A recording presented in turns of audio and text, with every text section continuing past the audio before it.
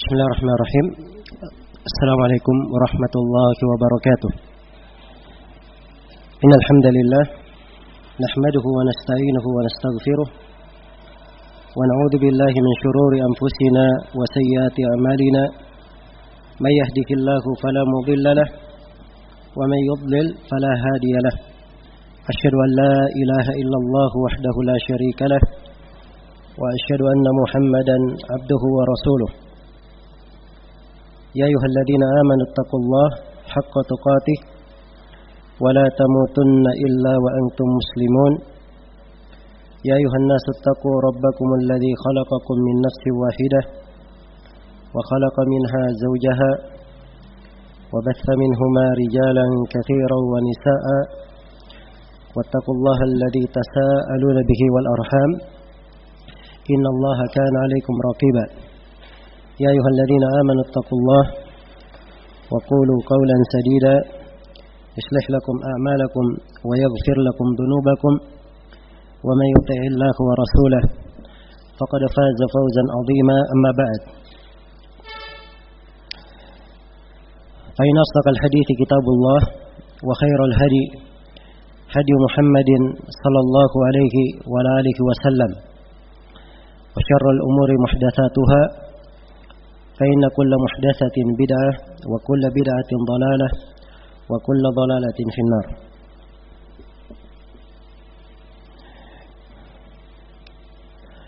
معاشر الإخوة والأخوات رحمني ورحمكم الله. Alhamdulillah, pada pagi hari ini Allah Subhanahu wa taala menganugerahkan kepada kita semua kemudahan dan kesempatan hadir di masjid yang mulia ini dalam sebuah ibadah insyaallah taala, yaitu menuntut ilmu syariat. Semoga Allah Subhanahu wa taala selalu memberkahi pertemuan dan kebersamaan kita semua, dijadikan sebagai pertemuan yang penuh dengan rahmat dan bertebaran rahmat pula dari pertemuan tersebut. Dan semoga Allah Subhanahu wa taala senantiasa melipat gandakan kebaikan dan pahalanya untuk kita semua. Tema pembahasan kita pada daurah kali ini adalah mengkaji Manzumah Al-Qawaid Al-Fiqhiyah karya Syekh Abdurrahman bin Nasir As-Sa'di rahimahullahu taala, yaitu kaidah-kaidah penting berkaitan dengan ilmu fikih.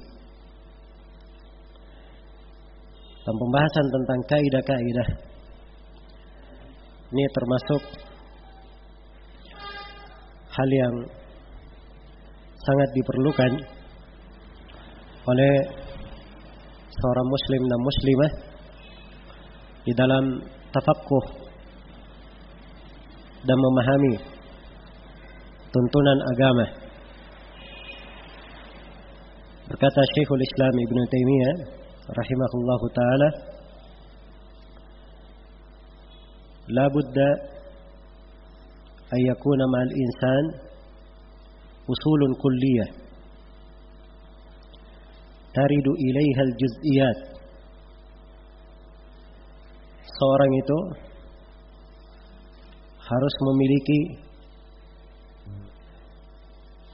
dasar-dasar pokok, kaidah-kaidah kulliyah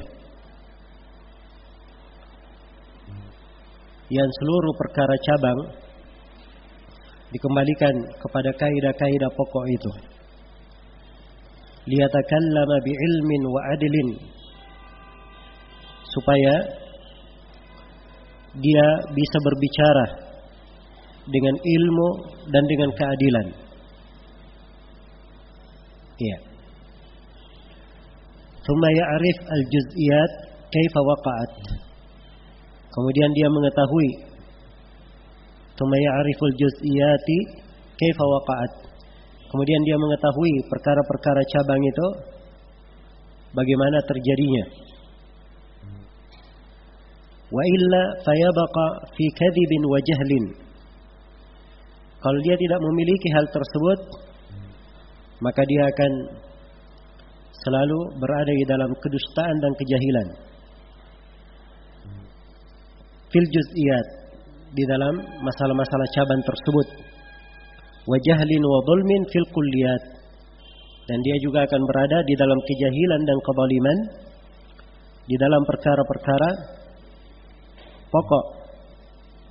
Fayatawalladu fasadun 'azim, dan karena hal tersebut akan terlahir kerusakan yang sangat besar. Jadi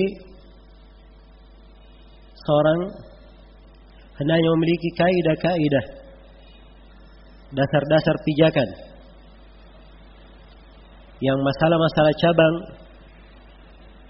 pembahasan-pembahasan cabang bisa dikembalikan kepada kaidah pokok tersebut. Kalau dia sudah memiliki kaidah, barulah dia bisa menilai suatu permasalahan cabang, bagaimana terjadinya. Iya, yang harusnya dimiliki oleh seseorang. Sebab kalau dia tidak memilikinya, maka dia akan berada fi kadhibin wa jahlin fi juz'iyat, berada dalam kedustaan dan kejahilan dalam perkara-perkara cabang. Tiap kali dia ditanya tentang hukum masalah di perkara cabang, ya, karena dia tidak memiliki kaidah tetap, ia pun akan berada di kejahilan. Bahkan mungkin saja dia akan berucap keliru di dalam hukum-hukum tersebut secara sengaja maupun secara tidak disengaja. Iya. Dan dia juga akan terus berada di atas kejahilan dan kezaliman dalam perkara yang merupakan kaidah-kaidah pokok. Dan inilah yang melahirkan kerusakan yang sangat besar. Ini melahirkan kerusakan yang sangat besar. Iya. Dan insyaallah taala kita akan terangkan nanti di dalam penjelasan kaidah-kaidah bagaimana pentingnya kaidah-kaidah yang akan diterangkan dan kita akan kaji. Iya. Apalagi kaidah-kaidah yang merupakan al-qawaidul kubra, kaidah-kaidah pokok, kaidah-kaidah terbesar. Sebab seorang apabila dia tidak memiliki hal tersebut, dia tidak hanya sesat, tapi mungkin bisa menyesatkan orang lain. Iya. Karena itu sangatlah penting memahami dan mempelajari ilmu tentang kaidah-kaidah fikih ini. Sini saya akan bacakan beberapa ucapan dari para imam yang menulis tentang kaidah-kaidah fikih. Mereka menerangkan pentingnya mempelajari kaidah-kaidah fikih ini. Ia berkata Syihabuddin Al-Qarafi rahimahullah, ya, kata beliau, hadhihi al-qawaid muhimmatun fil fiqh, 'azimatun naf'. Kata beliau, kaidah-kaidah ini sangatlah penting di dalam fikih, sangat besar manfaatnya. Wa biqadri al-ihatati biha ya'dhumu qadru al-faqih wa yashraf. Dengan sekadar seseorang menekuni, mendalami kaidah-kaidah ini, maka akan menjadi besar pula kadar kefakihannya, wa yashraf, dan akan menjadi lebih tinggi, wa yadhharu rawnaqul fiqh wa yu'raf, dan akan tampak nanti kecantikan fikih seseorang dan dikenal darinya keindahan fikih itu. Wa tattadhihu manahijul fatawa wa tukshaf, Dan dengan kaidah-kaidah fikih ini akan tampak bagaimana metodologi yang dipakai di dalam memberi fatwa. Juga akan disingkap dengan jelas masalah ini. Fiha tanafasal ulama wa tafadhal al-fudala. Di dalam hal inilah para ulama berlomba-lomba. Iya. Dan orang-orang yang memiliki keutamaan ingin mendapatkan tambahan dengan membahas kaidah-kaidah fikih. Ya. Baik. Kemudian setelah itu, setelah beberapa kalimat beliau sebutkan, beliau berkata lagi, "Wa man dhabata al-fiqha wa man dhabata al-fiqha biqawaidihi istaghna an hifdhi akthar al-juz'iyat lindirayiha fil kulliyat wattahada indahu ma tanaqada inda ghairihi wa tanasab." Kata beliau, siapa yang sudah tetap ilmu fikihnya dengan dibangun di atas kaidah-kaidah, maka dia tidak perlu menghafal banyak dari perkara cabang. Iya. Sebab perkara cabang itu masuk di dalam kaidah pokok. Dan akan terkumpul di sisinya dan beraturan di sisinya dengan mengetahui ilmu kaidah fikih ini, hal-hal yang di kalangan orang lain itu terpencar dan bertentangan. Tapi dengan mengetahui ilmu kaidah fikih ini, hal tersebut bersatu dan berkumpul dengan penuh kesesuaian di sisinya. Nah, baik. Kemudian beliau sebutkan dari manfaat dan keutamaan lain mempelajari ilmu kaidah fikih. Iya. Juga di antara yang menjelaskan kandungan dan manfaat mempelajari ilmu kaidah-kaidah fikih ini adalah As-Suyuti rahimahullahu taala. Iya. Beliau berkata dalam kitabnya Al-Ashbah wan Nadhair, "I'lam anna fanna al-ashbah wan nadhair fannun 'azim."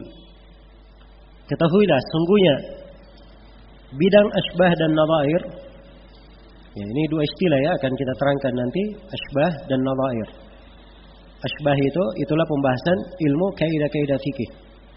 Dan nadhair itu pembahasan ilmu al-furuq, tentang perbedaan-perbedaan masalah fikih. Pembahasan fan ashbah dan nadhair fannun 'azim, kata beliau. Ini bidang ilmu yang sangat agung. Iya. Bihi yuttala'u ala haqa'iqil fiqhi wa madarikihi wa ma'akhidhihi wa asrarihi. Dengan ilmu ini akan diketahui hakikat fikih itu dan sumber-sumber cakupannya. Dan akan diketahui dasar-dasar pengambilan fikih serta rahasia-rahasianya.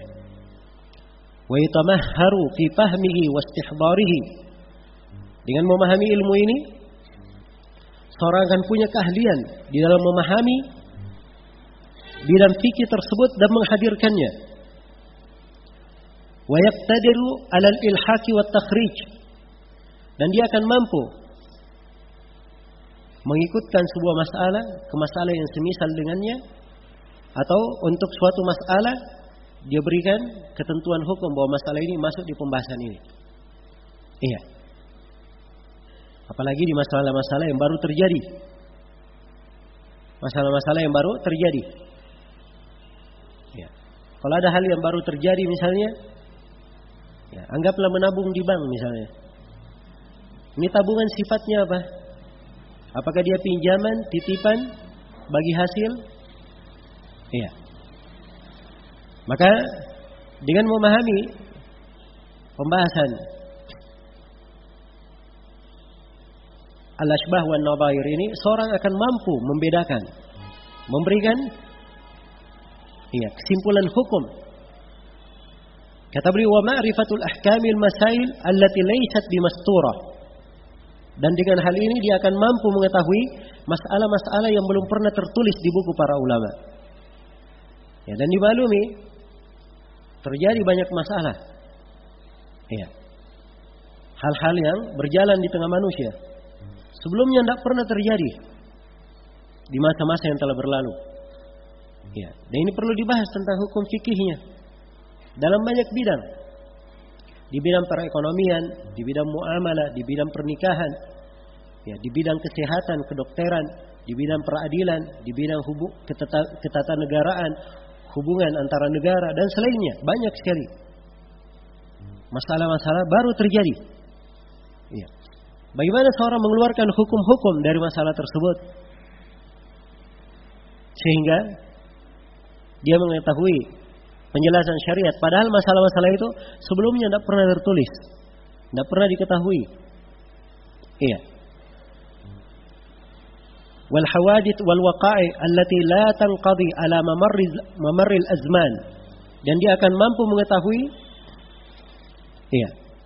berbagai kejadian dan hal-hal yang baru terjadi yang terus berjalan tidak pernah habisnya di setiap zaman.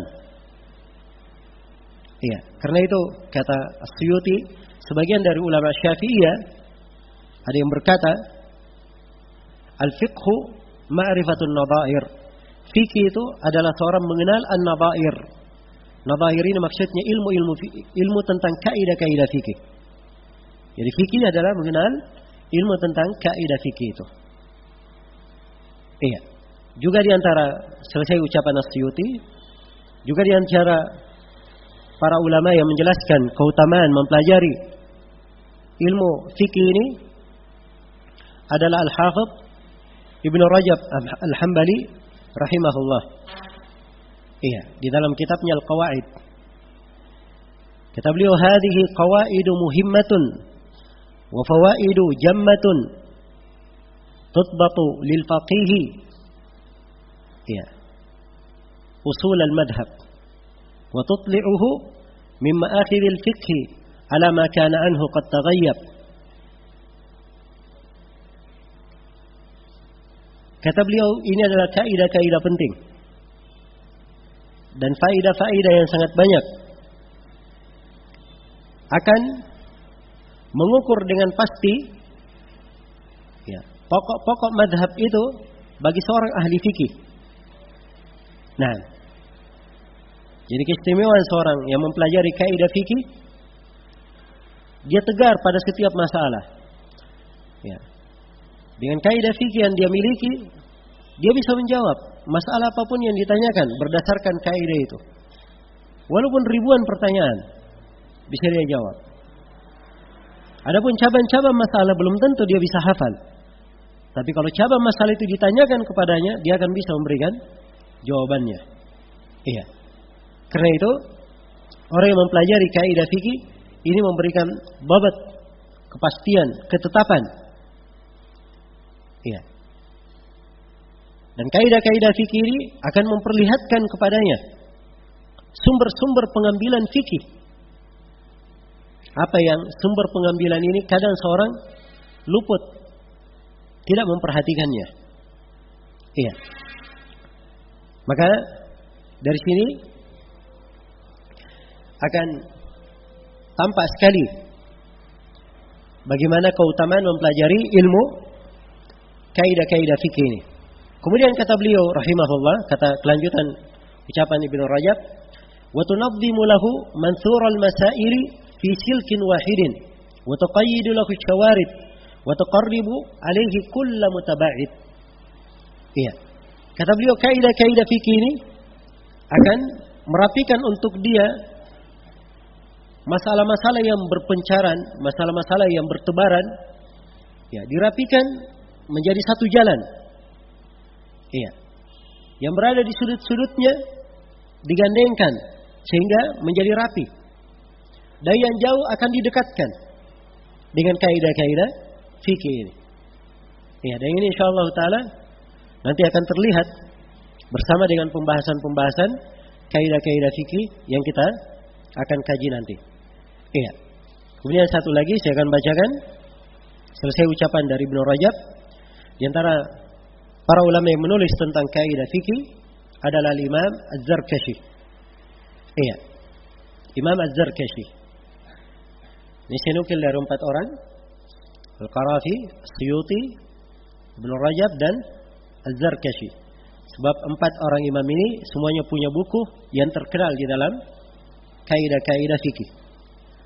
Iya, Az-Zarkashi berkata, "Inna dabtal umuril muntashiratil muta'addida fil qawaninil muttahida huwa aw'a li hifdhiha wa ad'a li dhabtiha." Iya. Kata beliau, sungguhnya mendetailkan perkara-perkara yang terpisah-pisah dan beraneka ragam, didetailkan dalam kaidah-kaidah yang bersepakat. Iya. Dalam kaidah-kaidah dasar ini lebih kuat di dalam menghafal kaidah itu. Iya. Dan akan lebih menyebabkan seseorang menguasai kaidah tersebut. Iya. Wa hiya ihda hikamil adat allati wudi'a li ajliha. Nah, dan ini salah satu dari hikmah jumlah yang diletakkan untuknya. Wal hakimu idza arada at-ta'lim la budda an yajma' baina bayanaini. Ini kaidah dari Az-Zarkashi rahimahullah. Seorang yang bijaksana kalau dia ingin belajar, iya, atau dia ingin mengajarkan ilmu kepada orang, maka orang yang bijaksana ini dia harus mengumpulkan 2 jenis penjelasan. 2 jenis penjelasan. 2 bayan harus dia kumpulkan kalau dia ingin menjelaskan. Yang pertama ijmaliyin tatashawwafu ilaihi an-nafs. Yang pertama penjelasan ijmali, penjelasan global. Yang jiwa itu bersemangat ingin melihatnya. Jadi dijelaskan global, didengar oleh jiwa, tertarik ingin dia pelajari bagaimana kedetailannya. Ya, setelah itu wa tafsiliyin taskanu ilaihi. Ya. Dan ada penjelasan tafsili, terperinci yang jiwa itu tenang kepadanya. Jiwa itu tenang kepadanya. Jadi siapa yang ingin menyampaikan ilmu, dia harus punya 2 jenis penjelasan. Penjelasan ijmali, global dahulu. Setelah itu penjelasan terperinci. Setelah itu penjelasan terperinci. Maka demikian pula di dalam mempelajari fikih. Iya, di dalam mempelajari ilmu fikih. Seorang yang ingin mempelajari fikih yang memiliki cabang-cabang permasalahan yang banyak keanekaragaman, maka dia wajib untuk mengetahui kaidah-kaidah dasarnya, penjelasan ijmalinya dalam kaidah. Iya. Dan inilah di pembahasan kaidah-kaidah fikih. Dan yang kedua, setelah dia tahu kaidah-kaidahnya, dia mengetahui tentang rincian di dalam fikih itu, satu persatu dari pembahasan fikih. Karena itu, iya, seorang yang mempelajari ilmu fikih, iya, dia harus menggabungkan antara 2 hal. Dia mengerti kaidah-kaidahnya dan juga mempelajari fikih itu dari awal sampai akhirnya. Dari awal sampai akhirnya. Iya. Kalau di fikih Syafi'iyah misalnya, dia belajar dari Kitabut Tahara sampai Babul Idq, pembahasan tentang membebaskan budak. Yang masuk di dalamnya banyak jenis fikih. Iya. Ada fikih ibadah, ada fikih berkaitan dengan nikah, ada fikih berkaitan dengan muamalah, ada fikih berkaitan dengan peradilan, berkaitan dengan qada, ada fikih ya yang berkaitan dengan masalah memisahkan dan menyatukan, ya, dan selainnya dari bentuk-bentuk dan pembagian fikih yang dikenal di kalangan para ulama. Baik. Jadi ini beberapa dari ucapan para ulama yang menjelaskan, ya, betapa pentingnya seseorang itu mempelajari ilmu usul fikih atau ilmu kaidah-kaidah fikih. Ia mempelajari ilmu tentang kaidah-kaidah fikih. Dan insyaallah taala di pertemuan daurah kali ini, ya, kita akan membahas Manzumah al-Qawaid al-Fiqhiyah karya Syekh Abdurrahman bin Nasir As-Sa'di. Iya. Dan tentunya dari pembahasan ini, tidak semua, ya, kita tidak menginginkan maksud dari pembahasan semua orang keluar kemudian menjadi ahli fikih, bisa berijtihad sendiri, Ya, tidak seperti itu. Walaupun ini salah satu dari manfaat seorang mempelajari ilmu kaidah fikih, tapi yang paling penting, ya, dari daurah ini siapa yang hadir, dia bisa memahami, ya, bagaimana kaidah-kaidah para ulama di dalam menentukan hukum-hukum. Ya, sehingga kalau dia mendengar sebuah hukum diterangkan oleh si alim, dia tidak heran mendengarkannya. Itu adalah perkara yang apa? Perkara yang memang ada di dalam kaidah-kaidah. Perkara yang ada di dalam kaidah-kaidah. Adapun kalau tidak mengerti kaidah-kaidah fikih ini, itulah yang seperti dikatakan oleh Syekhul Islam Ibnu Taimiyah, orang yang tidak punya qawaid, dia akan berada di dalam kegelapan, di dalam kejahilan. Iya. Dan kadang dia mengingkari perkara-perkara yang jelas, padahal hal tersebut adalah hal yang terang pendalilannya di dalam syariat kita. Iya. Nah, dan di sini untuk pembahasan Manzumah Al-Qawaid Al-Fiqhiyah ini karya Syekh Abdurrahman bin Nasir As-Sa'di, ada selebaran ya, dibagikan cuma-cuma, dan setiap peserta yang hadir boleh mengambilnya di luar ya. Ya. Sebab ini yang merupakan dasar pembahasan kita. Ya, situ saya berikan 43 poin. Dan 43 poin ini adalah 43 pembahasan yang kita akan lalui di dalam mengkaji Manzumah Al-Qawaid Al-Fiqhiyah ini. Iya. Baik. Yang pertama, pembahasan yang pertama, pengenalan seputar Manzumah Al-Qawaid Al-Fiqhiyah. Iya, karena kita mengkaji kitab ini, maka ini adalah pembahasan yang pertama. Saya perlu perkenalkan tentang isi dari Manzumah Al-Qawaid Al-Fiqhiyah ini. Manzumah Al-Qawaid Al-Fiqhiyah, namanya Manzumah. Manzumah itu adalah pembahasan dalam bentuk syair-syair. Ya.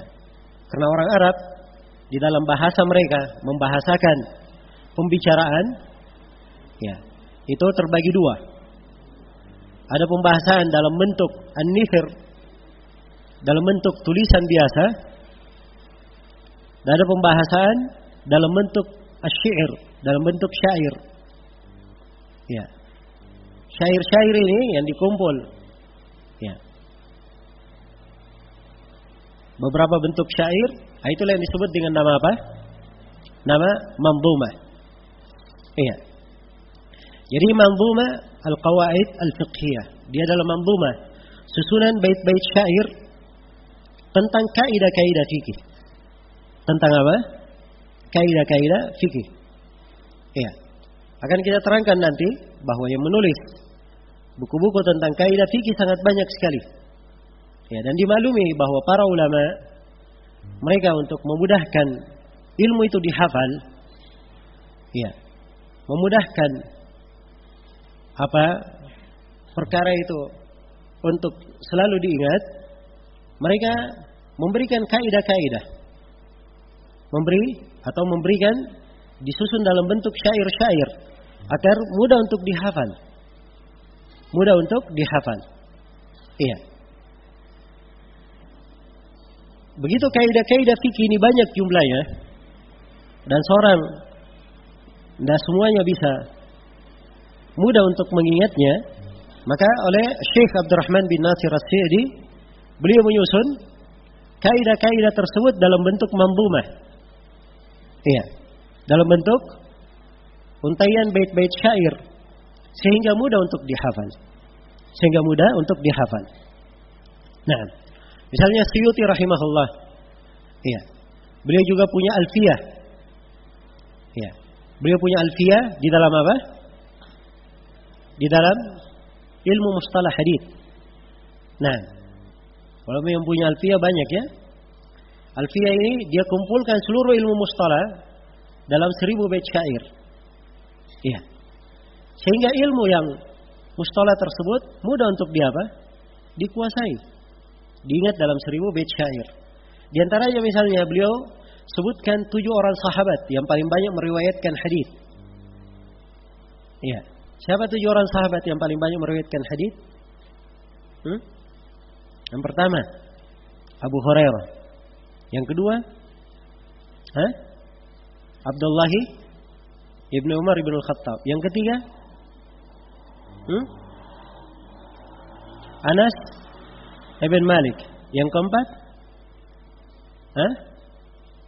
Abdullah ibnu Abbas. Yang kelima,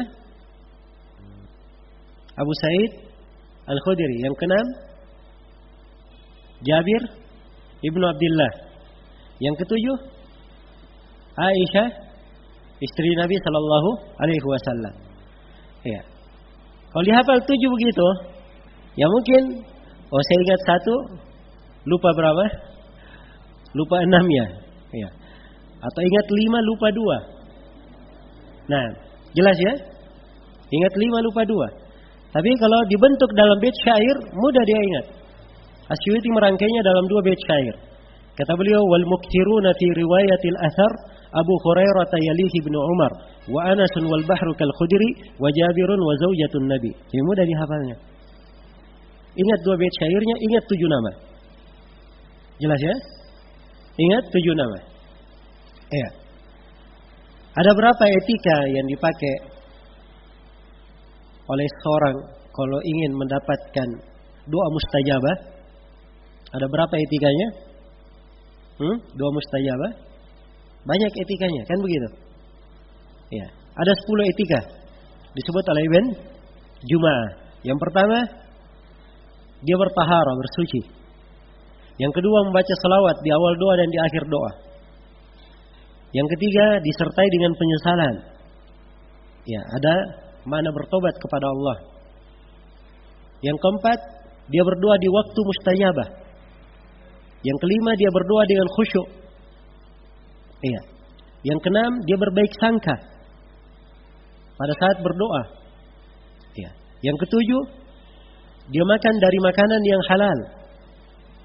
Yang kedelapan, dia berdoa bukan dengan doa maksiat. Yang kesembilan, dia membawakan nama yang cocok dalam doanya. Asmaul Husna yang cocok untuk apa? Doanya. Kalau dia minta rezeki, dia bilang ya Razzaq, ya Allah yang Maha memberi rezeki. Dia minta ilmu, ya Alim. Misalnya, ya Allah yang Maha memiliki ilmu. Dan syarat yang ke-10, dia berdoa dengan ilhah. Disertai dengan apa? Rasa harapan. Coba antum lihat, kenapa saya bisa hadirkan 10 dengan cepat? Karena 3 bait syair yang dirangkai oleh siapa? Ibnu Juma'ah. Kan Ibnu Juma'ah, qalu syurutud du'ail mustajabi lana ashrun biha basyirid da'i bi iflahi. Taharatun wa salatun ma'huma nadamun waqtun khusyu'un wa husnul dhanni ya sahi. Wa hillu qutin wa alla yud'a bi ma'siyatin wasmun yunasibu makrunun bi ilhahi. Jadi semuanya 10. Iya. Ini dengan bait syair, ilmu yang bercabang-cabang itu ya, bisa dirangkai dengan susunan syair, mudah diingat. Apalagi syair-syair itu ada kaidah-kaidahnya dalam bahasa Arab. Ya. Karena itu dikenal ada buhur syi'riyah, lautan-lautan syair. Iya. Lautan syair itu wazannya ma'ruf, dikenal. Jadi kalau ingat wazan dasarnya, ya, kita akan membacanya juga mudah. Kalau ada kekeliruan, ya, maka di lisan di wazan dasar ini akan mengingatkan bahwa ini kelihatannya kamu keliru menghafal sebab tidak sesuai dengan wazan. Jelas ya, tidak sesuai dengan wazannya. Iya. Dan ini menyebabkan para ulama itu memudahkan ilmu dengan menulisnya dalam bentuk bait-bait syair. Ya, seperti kaidah atau seperti manzumah al-qawaid al-fiqhiyah ini, ya. Sebagian dari yang mensyarah buku manzumah menyebutkan bahwa ini manzumahnya dibangun di atas kaidah Bahrul Rajaz dalam susunan al-arud, dalam ilmu arudnya. Iya. Di atas wazan mustaf'ilun mustaf'ilun mustaf'ilun mustaf'ilun mustaf'ilun mustaf'ilun. Itu wazannya. Sehingga mudah untuk apa? Dihafal dan diingat. Baik. Jadi sekali lagi di sini saya ingin membedakan dan memberikan penjelasan kenapa para ulama kita ya menyusun kaidah-kaidah tersebut, ilmu tentang kaidah-kaidah fikih ini dalam bentuk manzumah, bait-bait syair. Ini agar supaya dimudahkan untuk dihafal. Dimudahkan untuk dihafal. Baik. Jadi manzumah ini berisi al-qawaid al-fiqhiyah, berisi kaidah-kaidah fikih. Iya. Ini penyebutan globalnya ya. Sebab Syekh rahimahullahu taala di sini akan menyebutkan 49 bait syair. Beliau akan sebut berapa? 49 bait syair. 10 bait syair pertama itu pendahuluan dari beliau. Iya, pendahuluan. Dan 2 bait syair yang terakhir penutup. Nah, penutup. Baik. Jadi kalau semuanya jumlahnya 49 dikurang 12, bait syair yang berkaitan dengan kaidah hanya berapa? Hanya 37 bait syair saja. Iya. Dan kaidah yang kita tulis di poin-poin pembahasan itu ada 36 kaidah. Ya. Walaupun sebenarnya 36 ini bisa dicabang lagi. Ya, kalau ingin kita cabangkan. Tapi ini kita di pembahasan ya, menjelaskan pokok ilmu. Sebab seorang ketika mempelajari ilmu dia punya pokoknya agar supaya dia mudah di dalam memahami ilmu tersebut. Iya. Jadi sekali lagi ya bahwa Manzum al-Qawaid al-Fiqhiyah ini oleh penulis isinya dibagi menjadi 3. Yang pertama ada pendahuluan. Itu 10 bait syair yang pertama. Dimulai dari ucapan beliau, Alhamdulillahil aliyil arfaqi wa jami'il asya'i wal mufarriqi. Dan ditutup dengan ucapan beliau, Jazakumul maula azimal ajri wal afwa ma'gufranihi ma'al birri. Iya. Baik, ini 10 bait syair yang pertama. Dan penutupnya ada 2 bait syair di ucapan beliau, Walhamdulillahi ala tamami fil bada'i wal khitami wad dawami. Thumma as-salatu ma'salamin sya'i'i ala nabi wa sahbihi wat tabi'i. Ini 2 bait syair yang penutupnya. Jadi sudah 12, 10 pendahulu, 2 penutup. Ya, 37 lebihnya itu semuanya berkaitan dengan apa? Berkaitan dengan kaidah-kaidah apa? Kaidah-kaidah fikihnya. Baik, berkaitan dengan kaidah-kaidah fikihnya. Nah,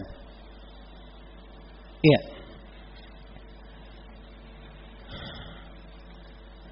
Ya, untuk awal pendahuluan saya akan baca manzumah ini seluruhnya dari awal sampai akhir agar supaya peserta bisa mendhabat harokatnya. Iya. Sebab di dalam urutan syair ada hal-hal yang perlu dijaga. Ya, pada harokatnya ya. Ada yang disukun, ada yang diharokati, dan yang semisalnya. Walaupun insyaallah taala nanti di rangkaian pelajarannya kita akan bahas mendetail satu persatu. Cuma tidak ada masalah, saya baca secara global. Ya. Kata beliau, Bismillahirrahmanirrahim. Alhamdulillahil aliyyil arfaqi wa jami'il asya'i wal mufarriqi bin ni'amil wasi'atil ghazirah wal hikamil bahiratil kathirah. Thumma as-salatu ma' salamin daimi. Ya, perhatikan ya, ma' di sukun ainnya. Ma' salamin daimi ala rasulil qurasyil khatami wa alihi wa sahbihi al-abrari al-haizi maratib al-fakhari. Ya'lam hudita anna afdalal minan ilmun yuzilu syakka anka wad-daran wa yakshifu al-haqqa lidil qulubi wa yusilu al-abda ila al-maqlubi. Fahris ala fahmika lil qawaidi jami'atil masail asy-syawaridi litartaqi fil ilmi khaira murtaqa wa taqtafi subul alladhi qad wuffiqa wa hadhihi qawaidun di situ di tanwin ya, harusnya qawaidu kalau kaidah dasarnya dalam bahasa Arab, cuma di tanwin di sini, ini darurat dalam ilmu syair. Wa hadhihi qawaidun nadamtuha min qutbi ahli al-ilmi qad hassaltuha jazahumul maula 'azimal ajri wal afwa ma' ghufranihi wal birri. An-niyatu syartun li sa'iril amal biha as-salahu wal fasadu lil 'amal. Ad-din mabniun 'ala al-masalihi fi jalbiha wad dar'i lil qaba'ihi. Fa in tazaham 'adadul masalihi, tazaham disukun mimnya. Harusnya di fathah, tapi karena darurat dalam syair disukun. فإن تزاحم عدد المصالح يقدم الأعلى من المصالح وضده تزاحم المفاسد يرتكب الأدنى من المفاسد ومن قواعد الشريعة التيسير في كل أمر نابه تعسير وليس واجب بلا اقتدار ولا محرم مع اضطرار وكل محظور مع الضرورة بقدر ما تحتاجه الضرورة وترجع الأحكام لليقين فلا يزيل الشك لليقين والأصل في مياهنا الطهارة والأرض والثياب والحجارة والأصل في الأبضاء واللحوم والنفس والأموال للمعصوم تحريمها حتى يجيء الحل فافهم حداك الله ما يمل والأصل في عاداتنا الإباحة حتى يجيء صارف الإباحة وليس مشروعا من الأمور غير الذي في شرعنا مذكور وسائل الأمور كالمقاصد واحكم بهذا الحكم للزوائد والخطأ والإكراه والنسيان والخطأ دي سكن ya tidak dibaca والخطأ والإكراه والنسيان أسقطه معبودنا الرحمن لكن مع الإتلاف يثبت البدل وينتفي التأثيم عنه والزلل ومن مسائل الأحكام في التبع يثبت لا إذا استقل فوقع والعرف معمول به إذا ورد حكم من الشرع الشريف لم يحد معاجل المحظور قبل آنه قد باء بالخسران مع حرمانه وإن أتى التحريم في نفس العمل أو شرطه فذو فساد وخلل ومتلف مؤذيه ليس يضمن بعد الدفاع بالتي هي أحسن. Nah, itu dicetakan hi ahsanu harusnya hiya ahsanu. Dipisah ya. Hanya saja hamzanya tidak diharokati. Ketika dibaca langsung hi ahsanu. Ya, ini karena susunan qafiyahnya.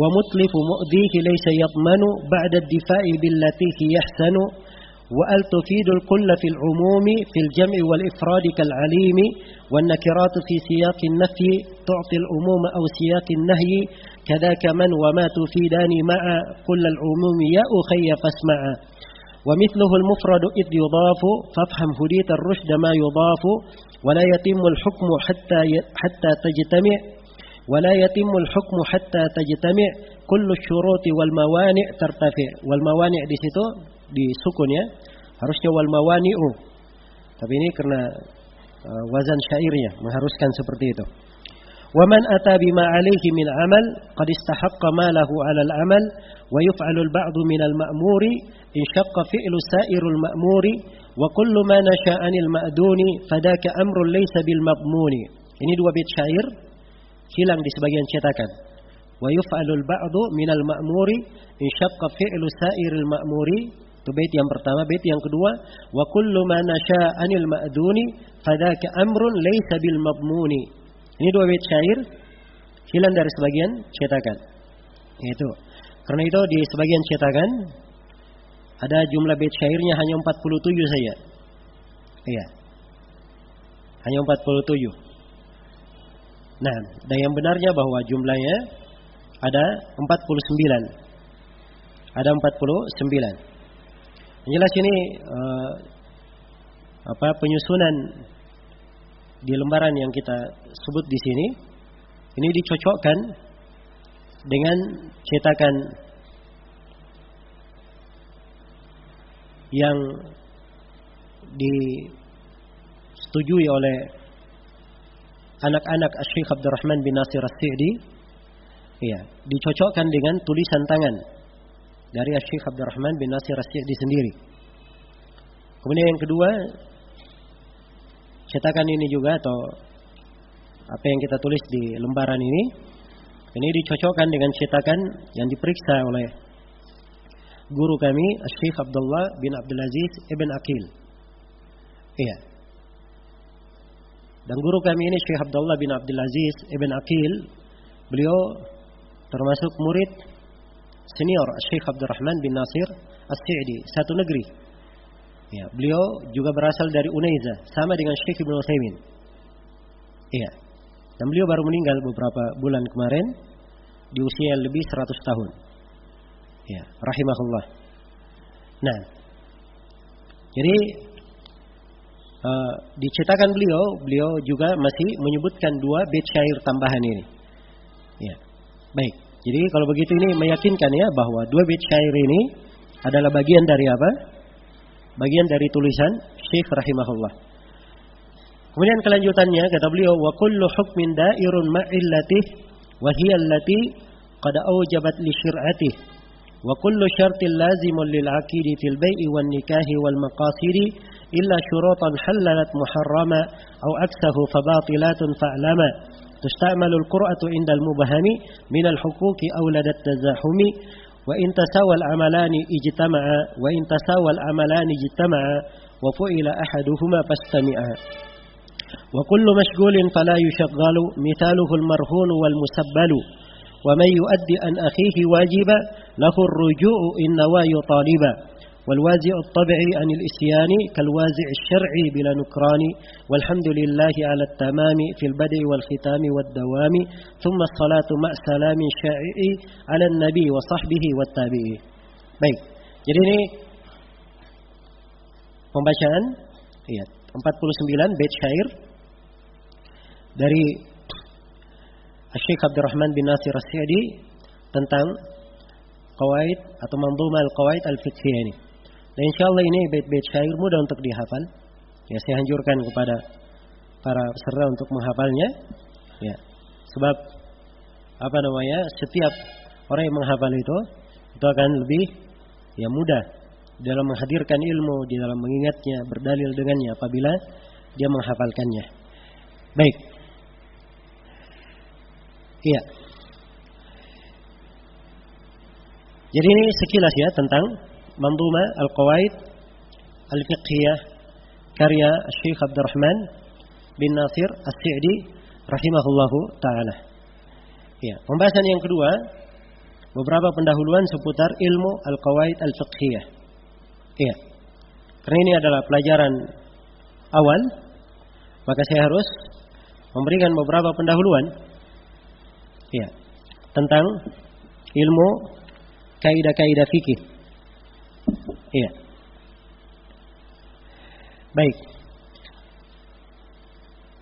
Yang pertama yang ingin saya terangkan di sini berkaitan dengan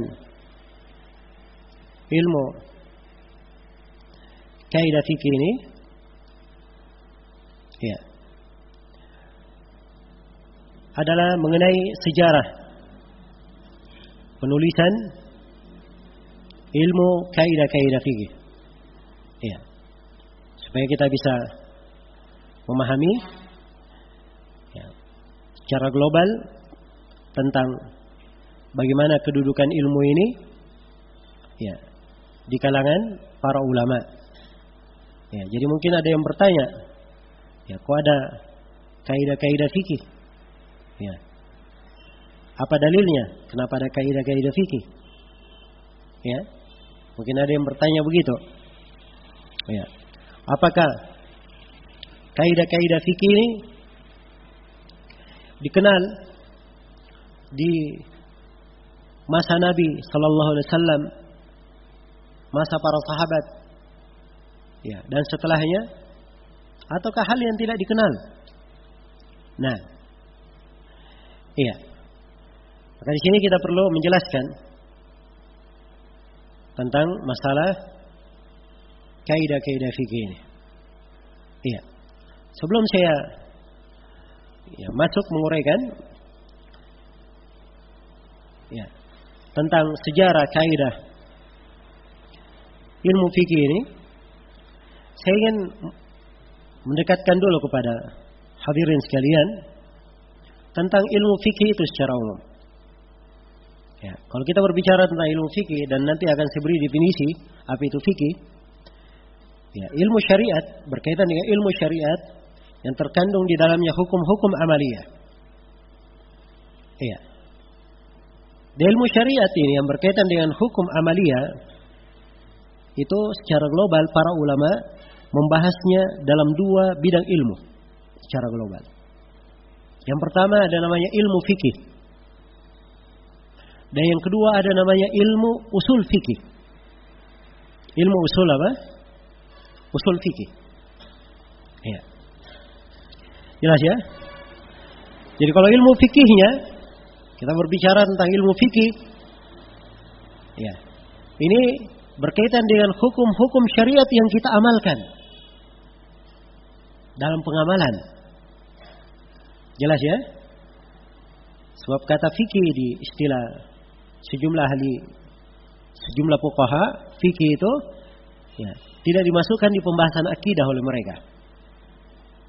Walaupun ya, sebenarnya bahwa pembahasan akidah itu juga masuk dalam pembahasan fikih, bahkan dia adalah fikih yang paling besar. Hanya saja kalau istilah para ulama yang menyusun buku-buku fikih, kebanyakannya mereka tidak menyebut pembahasan akidah di dalam apa? Buku-buku itu. Karena itu kebanyakan ahli fikih membagi ilmu fikih itu menjadi 4 bagian. Dalam rincian fikih itu ya, ada fikih ibadah namanya. Yang pertama fikih apa namanya? Fikih ibadah. Nah, inilah yang kita pelajari bagaimana bertaharah. Di bab taharah itu dijelaskan tentang air, dijelaskan tentang bejana, dijelaskan tentang najis, dijelaskan tata cara berwudu, ya apa yang membatalkan wudu, dijelaskan tentang mandi janabah, diterangkan tentang tayamum, dijelaskan tentang haid. Ini semuanya pembahasan apa? Pembahasan taharah. Iya. Ada pembahasan salat dalam fikih ibadah.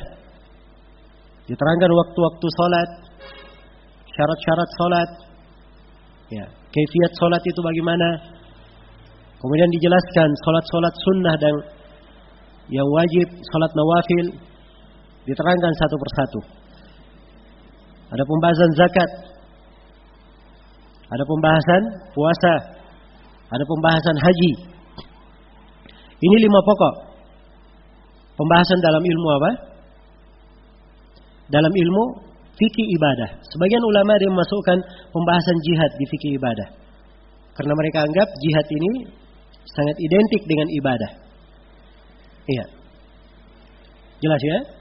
Tapi sebagian ulama ada yang memasukkannya di pembahasan lain. Ya. Karena mereka anggap bahwa ini terkait dengan masalah apa? Penegakan hukum. Baik. Jadi ini fikih yang pertama, fikih ibadah. Yang kedua ada namanya fikih muamalat.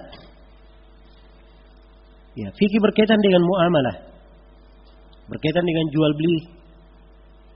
Ya, karena itu dibahas dalam ilmu fikih muamalah, bagaimana ketentuan jual beli itu, syarat-syaratnya. Iya. Kemudian diterangkan ya, pembahasan seputar riba. Ya, hal-hal yang diharamkan di dalam apa? Jual beli. Diterangkan tentang khiyar. Diterangkan bentuk-bentuk transaksi jual beli. Iya. Dan di dalam akad jual beli nanti akan kita jelaskan ada berbagai akad jual beli di dalamnya. Kita akan terangkan nanti pada tempatnya insyaallah taala. Ini fikih yang kedua, fikih muamalah. Kemudian yang ketiga ada fikih apa? Ada fikih al-munakahah, berkaitan dengan apa? Nikah. Iya. Dibahas tentang nikah itu bagaimana, tentang talak, tentang khulu, tentang bihar dan seterusnya. Iya. Pembahasan seputar nikah dan apa yang berkaitan dengannya. Dan yang terakhir, yang keempat adalah pembahasan tentang fikih apa? Fikih al-hudud wal qada wal jinayat. Ya, fikih tentang hudud, ya qada peradilan dan apa? Hukum-hukum had serta jinayah. Ya, perbuatan-perbuatan kriminal ya yang dijatuhi hukuman atau yang semisal dengan itu. Jadi secara global 4 bagian ilmu fikih. Ya. Jadi ilmu fikih itu secara umum ya 4 hal ini. Di dalam mempelajari 4 hal ini, nah itu kita perlu 2 ilmu. Satu ilmu usul fikihnya dan satu ilmu apanya? Ilmu fikihnya. Ilmu fikihnya ini merinci 4 hal sekaligus dari awal sampai akhir. Di ilmu usul fikih itu merinci tata cara kaidah berdalilkan di dalam masalah apa? Di dalam masalah fikih. Baik, di dalam ilmu fikihnya ini ya, ilmu fikih itu sendiri dalam fikihnya itu sendiri terbagi 2 lagi. Terbagi 2 lagi. Jelas ya? Sebagian permasalahan fikih ada yang mirip dengannya, ada yang semana, semisal. Ya. Dan sebagian pembahasan fikih ya tidak ada kemiripannya. Dia cuma di satu masalah saja. Dia cuma di satu apa? Pembahasan saja. Iya. Tidak ada cabang yang lainnya. Baik. Jadi kalau dia pembahasannya hanya satu masalah, tidak ada cabangnya, ya. Ini hanya dipahami ketika seorang mempelajari fikih dari awal sampai akhirnya, dia bisa tahu masalah-masalah yang seperti ini. Tapi kalau masalah tersebut ada kemiripannya, banyak masalah yang semisal dengannya, inilah pembahasan kita di sini. Mempelajari ilmu apa? Kaidah-kaidah fikih. Sebab dengan kaidah ini, cabang-cabang masalah yang banyak ini bisa disimpulkan dalam satu kaidah. Bisa disimpulkan dalam apa? Satu kaidah. Nah, misalnya kaidah al-yakin la yazulu bisyak.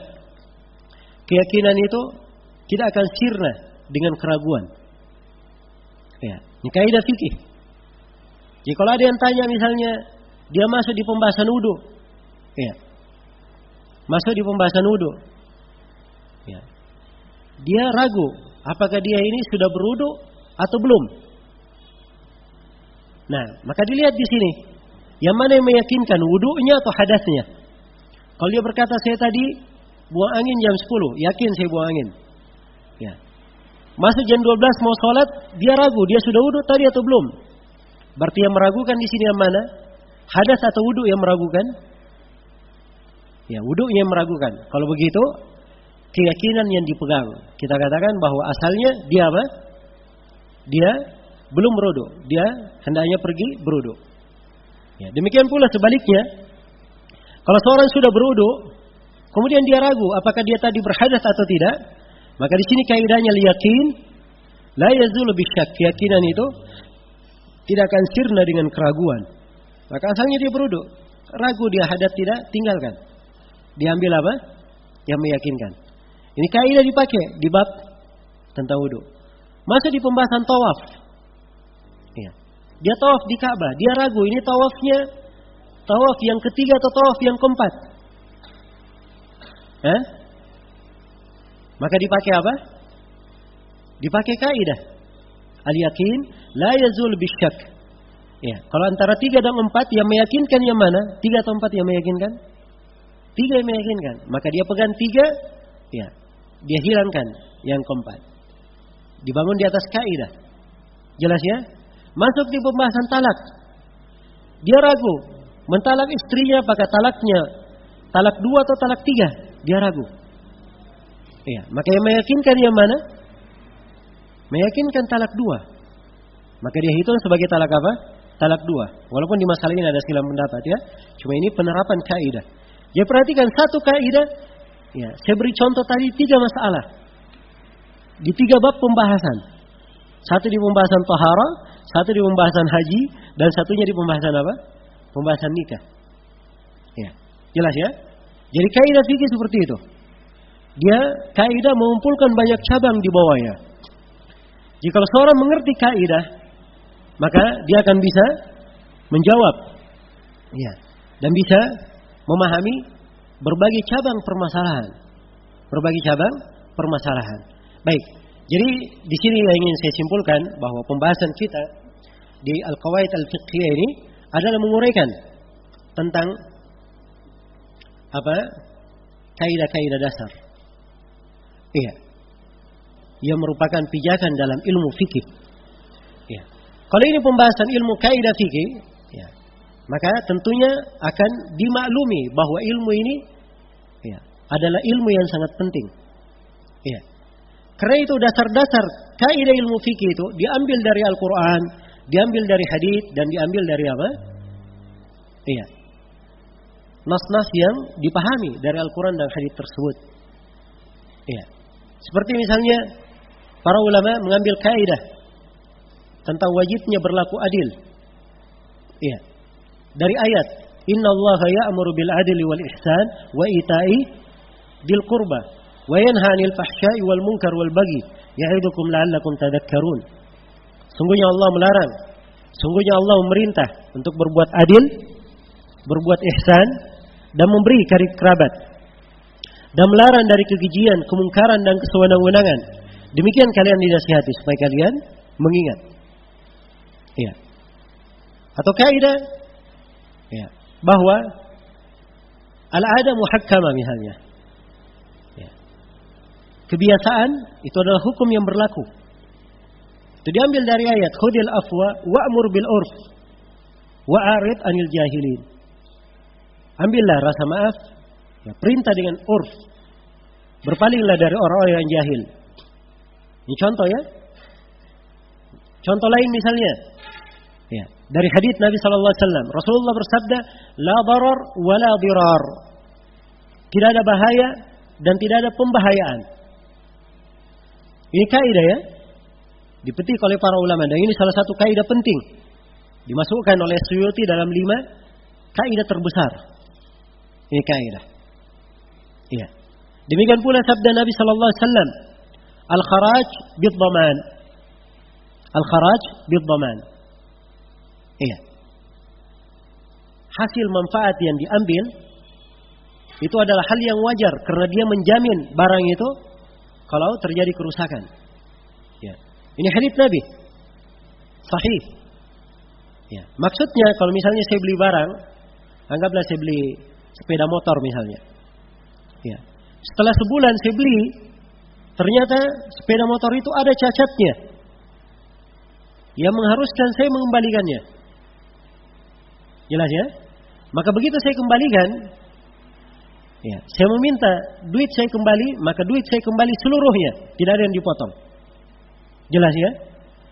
Dan si pemilik sepeda motor tidak boleh mengatakan kepada saya, ya kamu sudah pakai sebulan, kalau begitu bayar upah untuk bayar apa?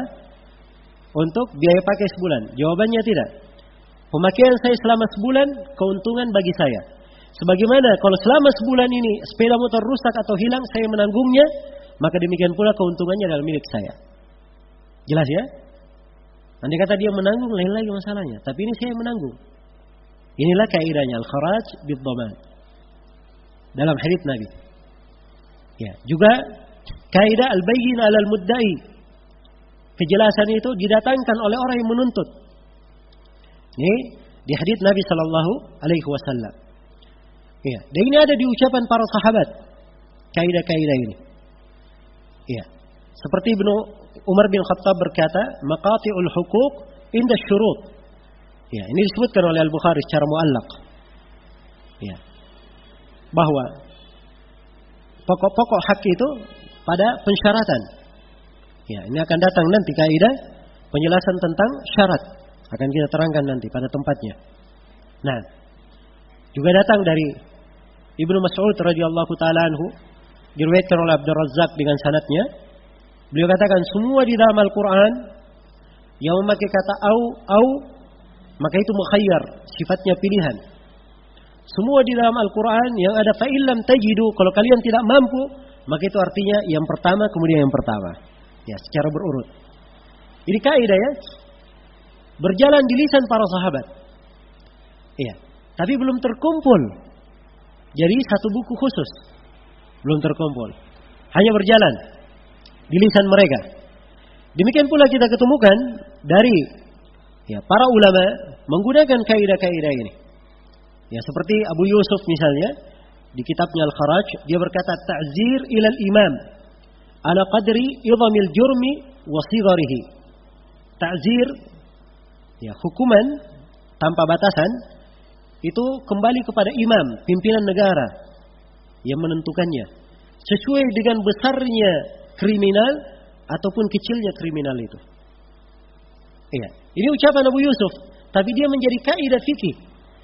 Setelah itu di kalangan apa? Para ulama. Sebab ucapan ini adalah pemahaman beliau menyimpulkan ayat-ayat dan hadis. Iya, yang menjelaskannya. Baik.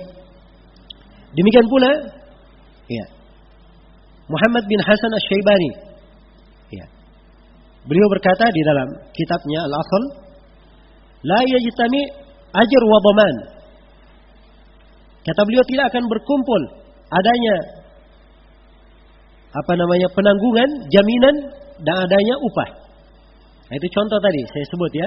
Sebab ini ucapan sama dengan kaidah al-kharaj bid-dhaman. Ya, jadi kalau dia sudah menjamin barang itu, kalau rusak dia menanggungnya, ya, demikian pula perbaikannya, upahnya atau hasil dari barang itu adalah milik dia. Iya.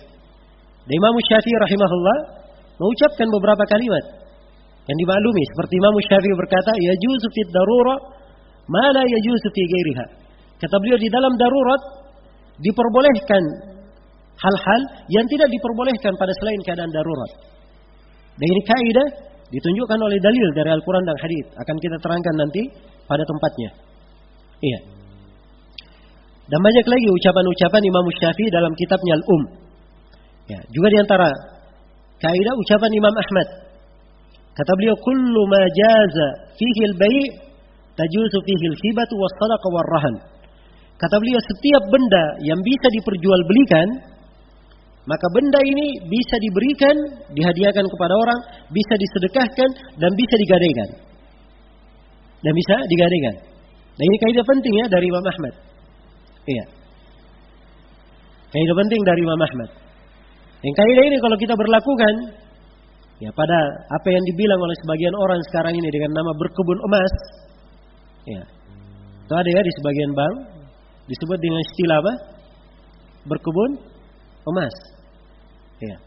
Jadi dia simpan emasnya, diambil duit, kemudian beli lagi emas, disimpan lagi. Ya. Sebenarnya di sini tidak ada gadaian, tidak ada barang gadai. Ya, sebab barang gadai itu adalah sesuatu yang bisa diperjualbelikan. Sedangkan emas dan uang ini itu adalah alat tukar menukar, bukan barang. Dia adalah apa? Alat tukar menukar yang menjadi standar nilai. Ya, bukan barang. Kalau begitu dia bukan gadai dari sisi apa? Dari sisi hukum. Dan ini kaidah. Ya, dari Imam Ahmad beliau simpulkan dari dalil-dalil tentang masalah ini. Baik.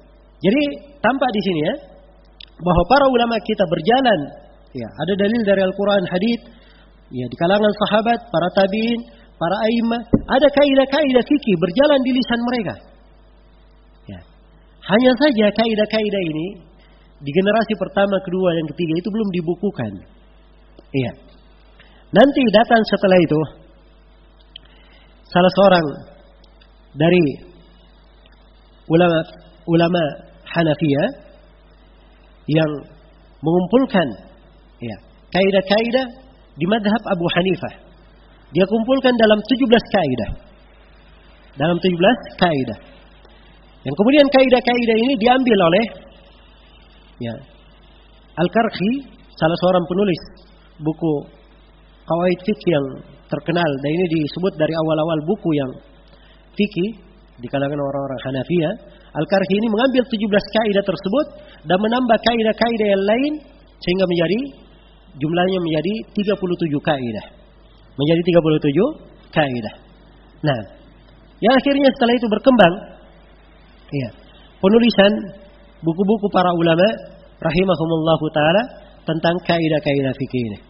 Ya, dan insyaallah taala saya akan terangkan nanti di pendahuluan yang akan datang, ya, beberapa buku yang ditulis tentang kaidah-kaidah fikih ini. Jadi ini secara global ya, pembahasan tentang kaidah-kaidah fikih. Jadi kalau ada yang bertanya kaidah-kaidah fikih ini, ya, apa dasarnya, sumbernya? Jawab bahwa kaidah-kaidah fikih itu asalnya dari Al-Quran dan dari hadits Rasulullah sallallahu alaihi wasallam atau makna yang dipahami dari Al-Quran dan hadits tersebut. Dan ini insyaallah taala kita akan lebih rinci lagi penjelasannya pada waktu yang akan datang. Baik, ini sudah mendekati jam 11, kita siap-siap untuk salat Jumat. Insyaallah taala selepas salat Jumat nanti kita akan lanjutkan materi ini. Ya. Untuk sementara saya cukupkan dulu sampai sini. Subhanakallahumma wa bihamdik asyhadu an la ilaha illa anta astaghfiruka wa atubu ilaik. Walhamdulillahirabbil alamin. Wassalamualaikum warahmatullahi wabarakatuh.